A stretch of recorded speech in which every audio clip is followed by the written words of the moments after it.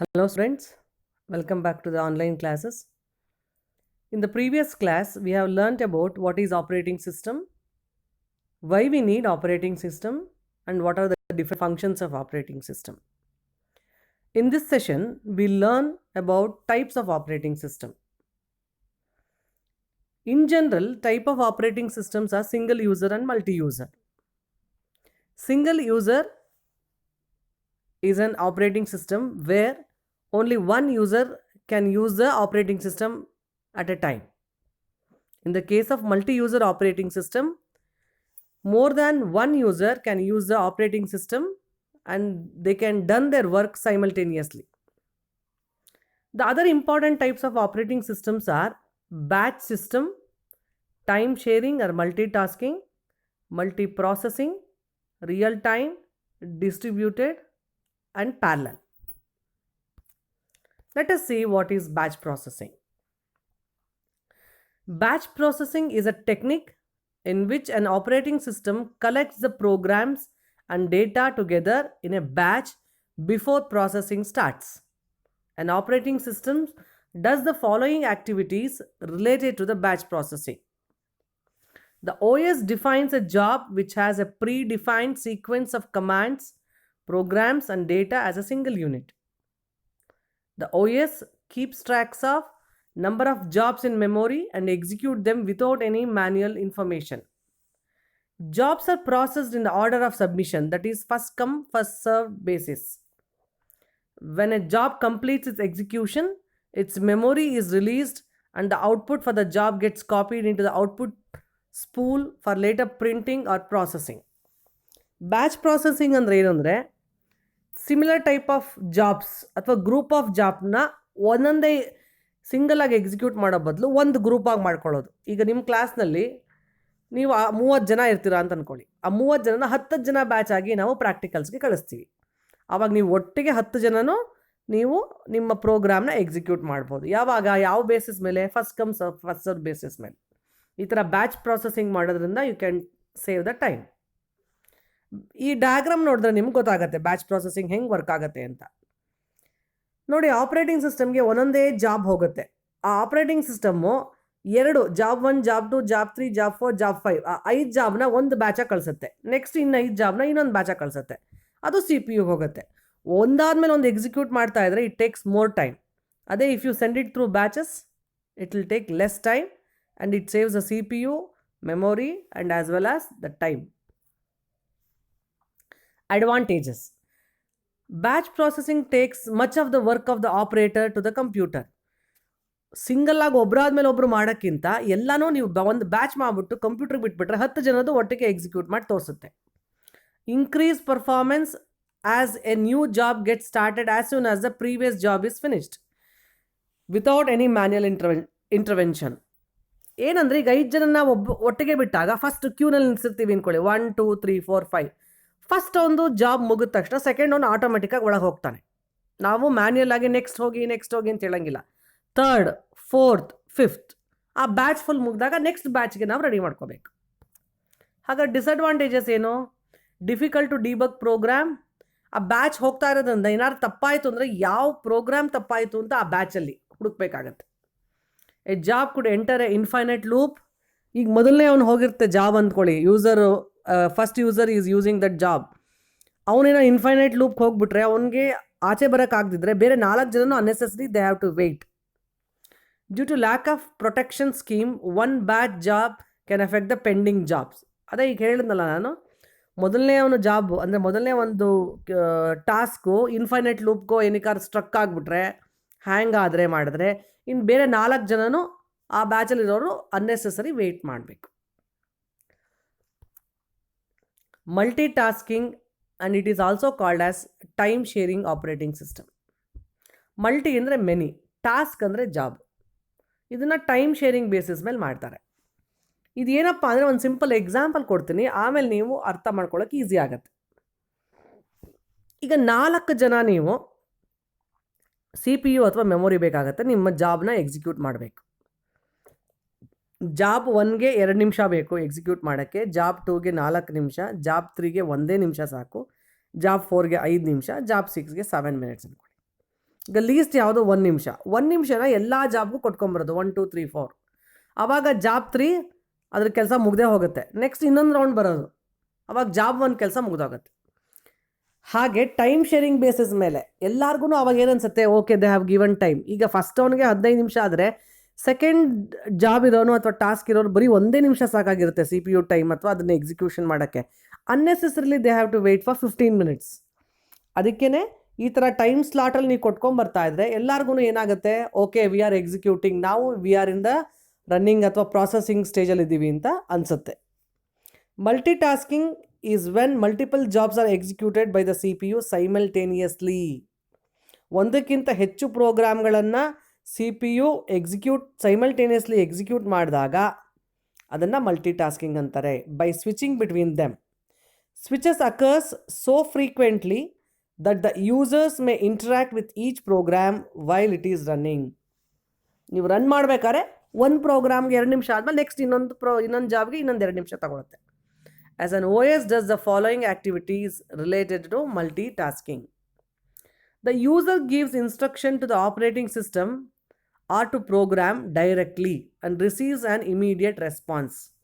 ಯೂಸರೇ ಡೈರೆಕ್ಟಾಗಿ ಆಪ್ರೇಟಿಂಗ್ ಸಿಸ್ಟಮ್ಗೆ ಇನ್ಸ್ಟ್ರಕ್ಷನ್ಸ್ ಕೊಡುತ್ತೆ, ನನಗೆ ಇಷ್ಟು ಟೈಮ್ ಆಯಿತು, ಇನ್ನೂ ನಾನು ಕಾಯ್ತಾ ಇದ್ದೀನಿ ಅಂತ. The OS handles multitasking in the way that it can handle multiple operations and execute multiple programs at a time. ಇದನ್ನು ಹೆಂಗೆ ಆಪ್ರೇಟಿಂಗ್ ಸಿಸ್ಟಮು ಆಪ್ರೇಟ್ ಮಾಡುತ್ತೆ ಅಂದರೆ, ಒಂದಕ್ಕಿಂತ ಹೆಚ್ಚು ಕೆಲಸಗಳನ್ನ ಹೆಂಗೆ ಮಾಡುತ್ತೆ ಆಪ್ರೇಟಿಂಗ್ ಸಿಸ್ಟಮು. ಒಂದು ಕಡೆ ನೀವು ಪ್ರಿಂಟಿಂಗ್ ಕೊಟ್ಟಿರ್ತೀರ, ಇನ್ನೊಂದು ಕಡೆ ನೀವು ವೆಬ್ ಬ್ರೌಸರಲ್ಲಿ ಇನ್ನೊಂದೇನೋ ಡೇಟಾ ನೋಡಿರ್ತೀರ, ಇನ್ಯಾವುದೋ ಡೌನ್ಲೋಡ್ ಆಗ್ತಿರುತ್ತೆ. ಆವಾಗ ಆಪ್ರೇಟಿಂಗ್ ಸಿಸ್ಟಮು ಒಂದಕ್ಕಿಂತ ಹೆಚ್ಚು ಕೆಲಸಗಳನ್ನ ಮಾಡ್ತಾ ಇರುತ್ತಲ್ಲ, ಹಾಗೆ ಇದನ್ನು ಮಾಡ್ಬೋದು, ಬಟ್ ಟೈಮ್ ಶೇರಿಂಗ್ ಬೇಸಿಸ್ ಮೇಲೆ. Multi tasking operating systems are also known as time sharing systems. ಎಕ್ಸಾಮಲ್ಲಿ ಮಲ್ಟಿ ಟಾಸ್ಕಿಂಗ್ ಅಂತ ಕೇಳೋ ಬದಲು what is time sharing operating system ಅಂದಾಗ ಅಯ್ಯೋ ಮೇಡಮ್ ಪಾಠ ಮಾಡಲಿಲ್ಲ ಅನ್ಕೊಂಡ್ಬಿಡ್ಬೇಡಿ. ಮಲ್ಟಿ ಟಾಸ್ಕಿಂಗು ಮತ್ತು time sharing is one and the same. These operating systems were developed to provide interactive use of computer system at reasonable cost. ಈಗ ಒಂದೇ ಟೈಮಲ್ಲಿ ಒಂದು ಕೆಲಸ ಆಗೋ ಕಡೆ 10 ಕೆಲಸ ಆಗಿದ್ರೆ ಯಾರಿಗೆ ಲಾಭ? ಯೂಸರ್ಗೆ ಲಾಭ. we can save the time and money and as well as the processing. The time shared operating system uses the concept of CPU scheduling and multi-programming to provide each user with a small portion of time shared CPU. ಇದರಲ್ಲಿ ಏನು ಒಂದು ನಿಮಗೆ ಅನ್ಸೋದು ಅಂದರೆ, ಯಾರಿಗೆ ಎಷ್ಟು ನಿಮಿಷ ಕೊಡಬೇಕು ಅದು ಟ್ರ್ಯಾಕ್ ಇಟ್ಕೋಬೇಕು. ಮೊದಲನೇ ಜಾಬ್ಗೆ 2 ಕೊಟ್ಟೆ, ನೆಕ್ಸ್ಟ್ ಸೆಕೆಂಡ್ ಜಾಬ್ಗೆ 2, ಥರ್ಡ್ ಜಾಬ್ಗೆ 2, ಫೋರ್ತ್ ಜಾಬ್ಗೆ 2. ಮತ್ತು ಯಾರ್ದು ಮುಗ್ದಿದೆ ಕೆಲಸ 2 ನಿಮಿಷ ಬೇಕಾಗಿದ್ದು ಅವ್ರದ್ದು ಆಗಿರುತ್ತೆ, ಅವ್ರನ್ನ ತೆಗೆದುಬಿಟ್ಟು ನೆಕ್ಸ್ಟ್ ಯಾರು ಅಂತ ನೋಡಬೇಕು. ಆ ಥರ ಶೆಡ್ಯೂಲಿಂಗ್ನ CPU ಮಾಡಬೇಕಾಗತ್ತೆ. Each user has at least 1 separate program in memory. ಪ್ರತಿ ಯೂಸರ್ಗೂ ಮೆಮೊರಿ ಒಳಗೆ ಒಂದು ಸಪ್ರೇಟ್ ಪ್ರೋಗ್ರಾಮ್ ಇರೋಕ್ಕೆ ಅವಕಾಶ ಇರುತ್ತೆ. ಈ ಡಯಾಗ್ರಾಮ್ ನೋಡಿದ್ರೆ ನಿಮ್ಗೆ ಗೊತ್ತಾಗುತ್ತೆ ಮಲ್ಟಿ ಟಾಸ್ಕಿಂಗ್. ನೀವು ಆಪ್ರೇಟಿಂಗ್ ಸಿಸ್ಟಮಲ್ಲಿ ನಿಮ್ಮ ಲ್ಯಾಪ್ಟಾಪ್ ಅಥವಾ ಡೆಸ್ಕ್ಟಾಪಲ್ಲಿ ಯೂಸ್ ಮಾಡಬೇಕಾದ್ರೆ ವರ್ಡ್ ಯೂಸ್ ಮಾಡ್ತಿರ್ತೀರ. ಆ ವರ್ಡ್ದೇನೋ ನೀವು ಟೈಪ್ ಮಾಡಬೇಕಾದ್ರೆ ನೀವು ಯಾರಿಗೋ ಒಂದು ಇಮೇಲು ಕಳಿಸ್ತಾ ಇರ್ತೀರ. ಇನ್ನೊಂದು ಕಡೆ ಬ್ರೌಸರಲ್ಲಿ ವೆಬ್ ಬ್ರೌಸರಲ್ಲಿ ನೀವು you will be downloading something or searching something, ಯಾವುದಾದ್ರು ಇನ್ಫಾರ್ಮೇಷನ್ ನೋಡ್ತಿರ್ತೀರ. ಅದೆಲ್ಲನೂ ಒಟ್ಟಿಗೆ ಮಾಡೋ ಅಂಥದ್ದು ಆಪ್ರೇಟಿಂಗ್ ಸಿಸ್ಟಮ್ ಮಾಡುತ್ತೆ. ಅಡ್ವಾಂಟೇಜಸ್ ಏನು? Provides the advantage of quick response. 4 ಜನ ಇದ್ದಾಗ ಎಲ್ಲನೂ ನಿಮ್ಗೇನು ಕೆಲಸ ಅಂತ ಕೇಳಿದ್ರೆ ಅಟ್ಲೀಸ್ಟ್ ನನ್ನ ಮಾತಾಡ್ಸೋದು ಅಂತ ಇರುತ್ತೆ. ಮೊದಲನೇವ್ರನ್ನೇ ಮಾತಾಡ್ತಾರೆ, ಎರಡನೇವ್ರಿಗೆ ಬೋರ್ ಆಗಿಬಿಡುತ್ತೆ. ಹಾಗೆ ಇಲ್ಲಿ ಆಪ್ರೇಟಿಂಗ್ ಸಿಸ್ಟಮ್ ಏನು ಮಾಡುತ್ತೆ, ಎಲ್ಲದಕ್ಕೂ ಎಷ್ಟೆಷ್ಟು ನಿಮಿಷ ಬೇಕು ಎಕ್ಸಿಕ್ಯೂಟ್ ಮಾಡೋಕ್ಕೆ, ಹೀಗೆ ಮಾಡ್ತೀವಿ ಅಂತ ಕ್ವಿಕ್ ರೆಸ್ಪಾನ್ಸ್ ಕೊಡುತ್ತೆ. Avoids duplication of software. ಈಗ ಮೊದಲನೇವನು ಅದೇ ಪ್ರೋಗ್ರಾಮು, ಮೂರನೇವನು ಅದೇ ಪ್ರೋಗ್ರಾಮ್ ಮಾಡಬೇಕಾದ್ರೆ ನಿಮ್ಮಿಬ್ಬರು ಯಾರೋ ಒಬ್ಬರು ಮಾಡಿ ಸಾಕು ಅಂತ ಹೇಳ್ಬೋದು. Reduces CPU idle time. CPU is very important part of the computer. CPU ನಿಮಗೆ ಗೊತ್ತು, ನಾವು ಒಂದೇ ಒಂದು ಪ್ರೋಗ್ರಾಮ್ ಎಕ್ಸಿಕ್ಯೂಟ್ ಮಾಡ್ತಿದ್ರೆ ಅದರದ್ದು ಆ ಪ್ರೋಗ್ರಾಮ್ ಎಲ್ಲ ಎಕ್ಸಿಕ್ಯೂಟ್ ಆಗಿ ನಿಂತ್ಕೊಳ್ಳೋ ತನಕ ಸುಮ್ಮನೆ ಐಡಲ್ ಆಗಿರುತ್ತೆ. ಅದ್ರ ಬದಲು ಒಂದಕ್ಕಿಂತ ಹೆಚ್ಚು ಪ್ರೋಗ್ರಾಮ್ ಮಾಡೋ ಕೆಪಾಸಿಟಿ ಇದ್ದಾಗ ಒಂದು ಹಾಕೋ ಬದಲು 3ನೇ ಕೊಡ್ಬೋದು ನಾವು, 3, 4 ಹಾಗೆ. Disadvantage problem of reliability. ಈಗ 4 ಜನಕ್ಕೆ ಈಗ ಅವ್ರದ್ದಾದ್ಮೇಲೆ ನಂದು ಬರುತ್ತೆ ಅಂತ ಕಾಯ್ತಿರ್ತೀವಿ. ಮೊದಲನೇ ಸ್ಟಕ್ ಆಗಿಬಿಟ್ರೆ ಕಷ್ಟ ಆಗುತ್ತೆ, ನಂಬಿಕೆ ಇರಲ್ಲ ಜಾಸ್ತಿ ಅಂತ. Question of security and integrity of the user program and data. ಯಾವಾಗ ಮಾಡ್ತಾರೆ ಇದನ್ನು? ಒಂದು ದೊಡ್ಡ ಪ್ರೋಗ್ರಾಮ್ನ 4 ಜಾಬ್ ಅಥವಾ ಟಾಸ್ಕ್ ಆಗಿ ಡಿವೈಡ್ ಮಾಡ್ತಾರೆ. ಆ 4 ಎಕ್ಸಿಕ್ಯೂಟ್ ಮಾಡಿ ಅದ್ರ ಬೇಕಾಗಿರೋ ಡೇಟಾ ಎಲ್ಲ ಒಂದು ಕಡೆ ಸ್ಟೋರ್ ಆಗಿರುತ್ತೆ. Problem of data communication. ಒಂದು ಜಾಬಿಂದ ಇನ್ನೊಂದು ಜಾಬ್ಗೆ ಡೇಟಾ ಕಮ್ಯುನಿಕೇಷನು ಸ್ವಲ್ಪ ಕಷ್ಟ ಆಗುತ್ತೆ. Let us see the third one is multi programming. Multi tasking ಅಂದರೆ ಮೆನಿ ಜಾಬ್ಸ್, ಮಲ್ಟಿ ಪ್ರೋಗ್ರಾಮಿಂಗ್ ಅಂದರೆ many programs. Sharing the processor when 2 or more programs reside in the memory at the same time is referred as multi programming. ಒಂದೇ processor CPU-ನ 2 or more programs ಒಂದೇ ಮೆಮೊರಿಲಿದ್ದು same ಟೈಮಲ್ಲಿ ಅದನ್ನು ಕೆಲಸ ಮಾಡೋದಕ್ಕೆ multi programming ಅಂತಾರೆ. Multi programming assumes a single shared processor. ಎರಡೂ ಒಂದೇ ಪ್ರಾಸೆಸರ್ನ ಶೇರ್ ಮಾಡ್ಕೊಳ್ಳುತ್ತೆ.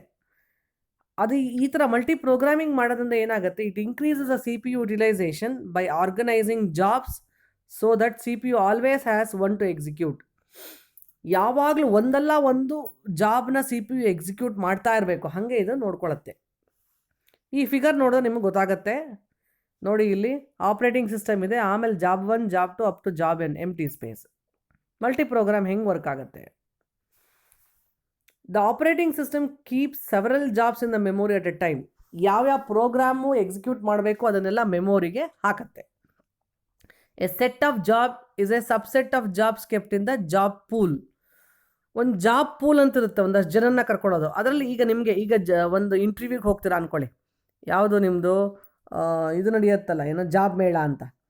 ಕಂಪ್ಯೂಟರ್ ಸೈನ್ಸ್ನವರೆಲ್ಲ ಒಂದು ಕಡೆ ಬನ್ನಿ, ಯಾರು BBA ಅವ್ರೆಲ್ಲ ಒಂದು ಕಡೆ ಬನ್ನಿ, BCom ಅವ್ರೆಲ್ಲ ಒಂದು ಕಡೆ ಬನ್ನಿ. ಅದೆಲ್ಲ ಒಂದು ಪೂಲ್, ಸೆಟ್ ಆಫ್ ಡೇಟಾ. ಅದರಲ್ಲಿ ಯಾರು ಸ್ಪೆಷಲ್ BCA ಅಥವಾ ಒಂದಷ್ಟು ಜನ ಯಾರು ಸೀನಲ್ಲಿ ಚೆನ್ನಾಗಿದ್ದಾರೆ ಅವ್ರನ್ನ ಕರ್ಕೊಂಡೋಗಿ ನೀವು ಇಂಟರ್ವ್ಯೂ ಮಾಡ್ತೀರಾ. ಹಾಗೆ ಇಲ್ಲಿ this is a set of jobs is a subset of jobs kept in the job pool. Job ಪೂಲಲ್ಲಿರೋದ್ರೊಳಗೆ ಒಂದು ಸಬ್ಸೆಟ್ನ ತೊಗೊಂಡು ಎಕ್ಸಿಕ್ಯೂಟ್ ಮಾಡ್ತೀರಾ.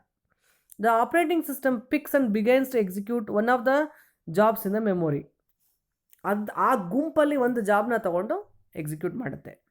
Multi programming operating system monitor the state of all the active programs, system resources using memory management programs to ensure that CPU is never idle.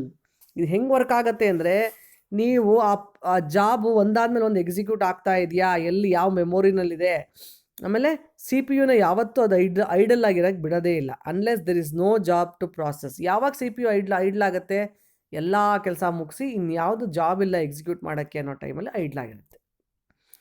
Let us see what are the advantages and disadvantages of multi programming. Advantage ಏನು? High and efficient CPU utilisation. ಚೆನ್ನಾಗಿ CPU ಉಪಯೋಗ ಮಾಡ್ಕೊಳ್ಳುತ್ತೆ. ಯಾಕೆಂದರೆ CPU cost ತುಂಬ ಜಾಸ್ತಿ, ನಾವು ಜಾಸ್ತಿ ಉಪಯೋಗಿಸ್ಕೊಂಡಷ್ಟು ಒಳ್ಳೆಯದು. User feels that many programs are allotted to CPU almost simultaneously. ಯೂಸರ್ಗೆ ಏನನ್ಸುತ್ತೆ, ಎಲ್ಲರೂ CPU ಎಲ್ಲ ಯೂಸರ್ಸೂ CPU ಯೂಸ್ ಮಾಡ್ಕೋತಿದ್ದಾರೆ ಅಂತ ಅನಿಸುತ್ತೆ. ಇದಕ್ಕೆ ಎಲ್ಲರೂ ಯೂಸ್ ಮಾಡ್ಕೋತಾರೆ ಅಂದರೆ ಯಾರಿಗೆ ಎಷ್ಟೊತ್ತು ಎಷ್ಟು ನಿಮಿಷ ಕೊಡಬೇಕು, ಹೇಗೆ ಮಾಡಬೇಕು ಅನ್ನೋದು ಬೇಕಾಗತ್ತೆ. ಅದಕ್ಕೆ CPU ಶೆಡ್ಯೂಲಿಂಗ್ ಈಸ್ ರಿಕ್ವೈರ್ಡ್. ಅದೊಂದು ಅಲ್ಗಾರಿದಮ್ ಇರುತ್ತೆ CPU ಶೆಡ್ಯೂಲಿಂಗ್ದು, ಅದನ್ನು ನಾವು ಮಾಡಬೇಕಾಗತ್ತೆ. ಅದೇ ಡಿಸ್ಅಡ್ವಾಂಟೇಜ್. ಗೊತ್ತಿರಬೇಕು ಯಾರು ಆಪ್ರೇಟಿಂಗ್ ಸಿಸ್ಟಮ್ನ ಹ್ಯಾಂಡಲ್ ಮಾಡ್ತಿರ್ತಾರೆ ಅವ್ರಿಗೆ ಅದೆಲ್ಲ CPU ಶೆಡ್ಯೂಲಿಂಗ್ ಪ್ರೋಗ್ರಾಮ್ಸ್ ಬರೀಬೇಕು. To accommodate many jobs in memory management is required. ತುಂಬ ಜಾಬ್ಗಳು ಮೆಮೊರಿನಲ್ಲಿರೋದ್ರಿಂದ ಯಾವ ಜಾಬು ಯಾವ ಮೆಮೊರಿ ಅಡ್ರೆಸ್ಸಲ್ಲಿದೆ, ಎಷ್ಟು ಜಾಗ ತೊಗೊಂಡಿದೆ, ಯಾವ ಥರ ಅದು ಅಲೋಕೇಟ್ ಆಗಿದೆ, ಅದನ್ನೆಲ್ಲ ಟೆಕ್ನಿಕ್ನ ಮೆಮೊರಿ ಮ್ಯಾನೇಜ್ಮೆಂಟನ್ನು ಜ್ಞಾಪಕ ಇಟ್ಕೋಬೇಕು. ನೆಕ್ಸ್ಟ್ ನೋಡೋಣ, real time operating system. This is very very important. Nowadays we are using this in our daily life. Real time ಅಂದರೆ ಆ ಕ್ಷಣ, ಆ ನಿಮಿಷ ಅಂತ. ರಿಯಲ್ ಟೈಮ್ ಆಪ್ರೇಟಿಂಗ್ ಸಿಸ್ಟಮ್, ಅದನ್ನು RTOS ಅಂತಲೂ ಅಂತಾರೆ. Is an operating system intended to serve the real time application that process data as it comes in mostly without buffer delay. ಈಗ ಆ ಕ್ಷಣದಲ್ಲಿ ಏನು ಡೇಟಾ ಬರುತ್ತೆ, ಏನು ಬೇಕೋ ಅದನ್ನು ಹಾಕೋದು. Best example real time operating ಸಿಸ್ಟಮ್ಗೆ ನಿಮ್ಮ railway reservation, KSRTC bus online reservation, ನಿಮ್ಮ ಆನ್ಲೈನ್ ಅಪ್ಲಿಕೇಶನ್ ಫಾರ್ಮು, ಇದೆಲ್ಲ.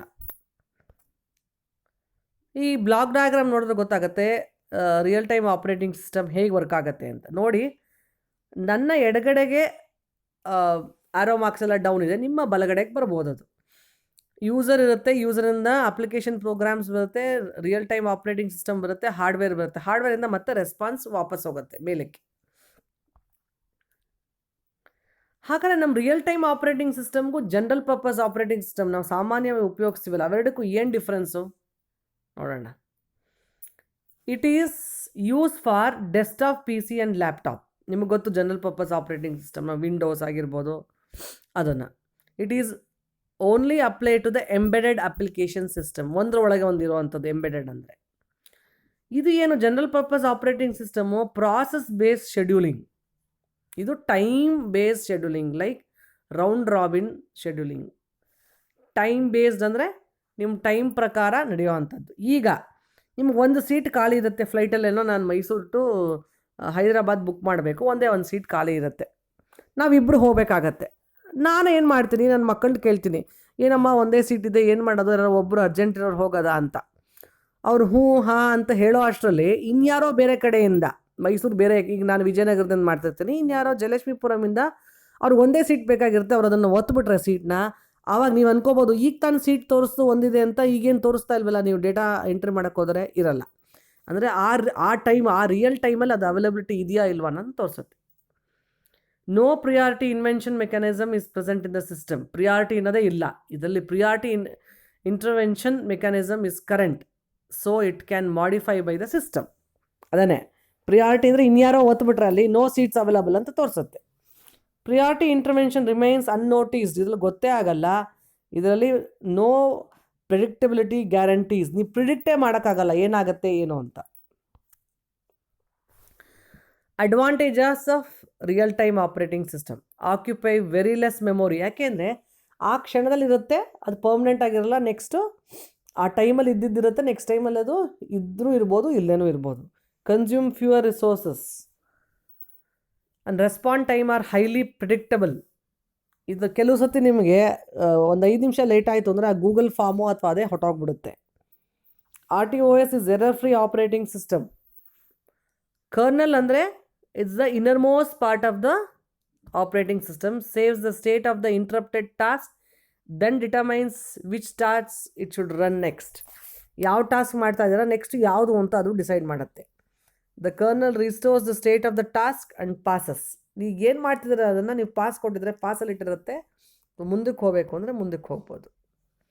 Disadvantages of RTOS: it uses complex algorithms which is difficult to understand. Real time ಅಂದಾಗ ಹಾಗಾದ್ರೆ ಅದೇ ಟೈಮಲ್ಲಿ ಬೇರೆಯವರು ಬೇರೆ ಕಡೆ ಆ ವೆಬ್ಸೈಟು ಅಥವಾ ಆ ಫಾರ್ಮ್ನ ಫಿಲ್ ಮಾಡ್ತಿರ್ಬೋದು, ಅದನ್ನೆಲ್ಲ ಮ್ಯಾನೇಜ್ ಮಾಡೋಕ್ಕೆ ನಿಮಗೆ ಕಾಂಪ್ಲೆಕ್ಸ್ ಆಲ್ಗಾರಿದಮ್ಸ್ ಬೇಕಾಗತ್ತೆ, ಅದರಿಂದ ಅದು ತುಂಬ ಕಷ್ಟ ಆಗುತ್ತೆ. Real time operating system can execute only limited task at A same time frame. ನೀವು ಒಂದು ಗೂಗಲ್ ಫಾರ್ಮಲ್ಲಿ ಅದನ್ನ ಫಾರ್ಮ್ ಫಿಲ್ ಮಾಡಿದ್ರೆ ಮಾತ್ರ ನೆಕ್ಸ್ಟ್ ಅಥವಾ ಕಂಟಿನ್ಯೂ ಹೋಗೋಕ್ಕಾಗಲ್ಲ. ಅದನ್ನು ಫಿಲ್ ಮಾಡದೇ ಇದ್ದರೆ ಮುಂದಕ್ಕೂ ಹೋಗೋಕ್ಕಾಗಲ್ಲ, ಹಿಂದಕ್ಕೂ ಹೋಗೋಕ್ಕಾಗಲ್ಲ. It is poor thread priority. ಈ ಥ್ರೆಡ್ ಪ್ರಿಯಾರಿಟಿ ಎಲ್ಲ ಮುಂದೆ ಓದ್ತೀರಾ. It is more costly because RTOS needs many resources for performing task. ಅಲ್ಲಿ ಹೇಳಿದ್ವಿ ಕಡಿಮೆ ರಿಸೋರ್ಸಸ್ ಅಂತ, ಬಟ್ ಕಾಂಪ್ಲಿಕೇಟೆಡ್ ಅಥವಾ fully secured real time operating ಸಿಸ್ಟಮ್ಸಲ್ಲೆಲ್ಲ ನಮಗೆ ಜಾಸ್ತಿ ರಿಸೋರ್ಸ್ ಬೇಕಾಗಿರುತ್ತೆ, ಅದರಿಂದ ಅದರ ಕಾಸ್ಟು ಜಾಸ್ತಿ ಆಗುತ್ತೆ. ಇನ್ನು 2 ಟೈಪ್ಸ್ ಆಫ್ ಆಪ್ರೇಟಿಂಗ್ ಸಿಸ್ಟಮ್ಸ್ನ ಮುಂದಿನ ಕ್ಲಾಸಲ್ಲಿ ನೋಡೋಣ. ಇಷ್ಟನ್ನ ಓದ್ಕೊಳ್ಳಿ, ಏನಾದ್ರು ಡೌಟ್ ಇದ್ದರೆ ಕೇಳಿ, ಗೊತ್ತಾಗದೆ ಇನ್ನೊಂದು ಸರಿ ಹಾಕೊಂಡು ಕೇಳಿ. ಇದು ಜಸ್ಟ್ ಇಂಟ್ರಡಕ್ಷನ್ ಥರ ಇರುತ್ತೆ, ಇನ್ನೂ ಡೆಪ್ತಲ್ಲಿರುತ್ತೆ, ಅದಕ್ಕೆ ನೀವು ಟೆಕ್ಸ್ಟ್ ಬುಕ್ಸ್ ಎಲ್ಲ ಓದ್ತಾ ಇರಬೇಕು. ಡೌಟ್ ಇದ್ದರೆ ಖಂಡಿತ ಕಾಲ್ ಮಾಡಿ ನನ್ನನ್ನು ಕೇಳಿ, ನೋ ಪ್ರಾಬ್ಲಮ್. Thank you.